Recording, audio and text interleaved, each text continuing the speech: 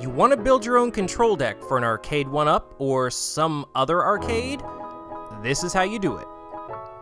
First, I took some wood and cut it down to the correct size and shape for the arcade 1-up board. As long as it has one straight side, you can make any piece of scrap wood work. Just know that if you go too thick like I did, you will need to recess the 4 holes that hold down the controller board or get some longer bolts.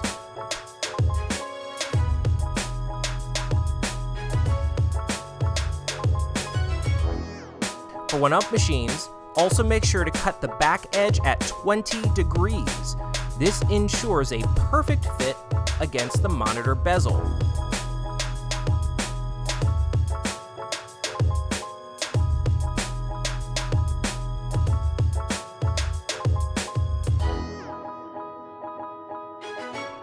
Don't forget to cut those 2 back corners. Map out your button locations and punch or drill a small pilot hole for each one. Now is also a good time to drill the holes for the 4 bolts that hold the controls down. Always double and triple check the measurements for your button placement. For the buttons, I use a 1 1/8 inch Forstner bit. It works perfectly and the center tip fits into the pilots that you just drilled or punched.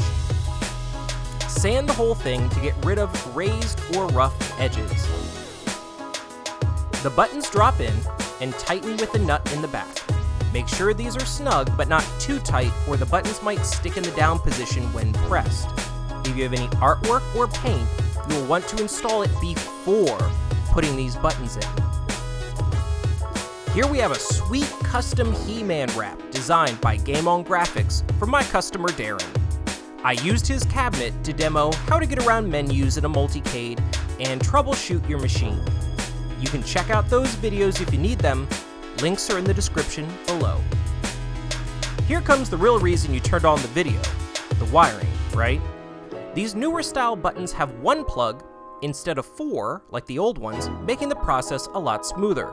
I have an affiliate link below if you want to buy the same buttons I'm using.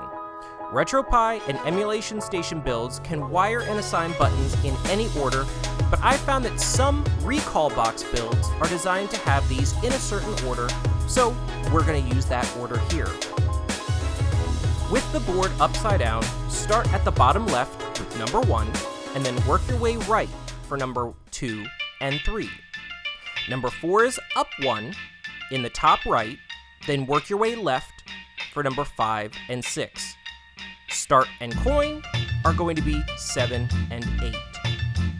On the USB encoder board, wire number 1 to the empty slot closest to the USB plug, then work your way down the row. Both joysticks must have the same orientation. I've found it doesn't matter which way they're facing as long as they face the same direction. You can't trust the plastic printing on the gates, so use that 5-wire plug for orientation purposes.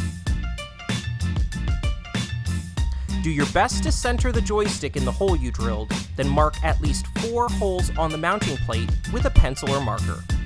Drill a tiny pilot hole or punch, or even push the head of a screwdriver into the wood to make an indent. Use that indent to sink at least 4 small screws, making sure they are not long enough to stick out the other side of your board.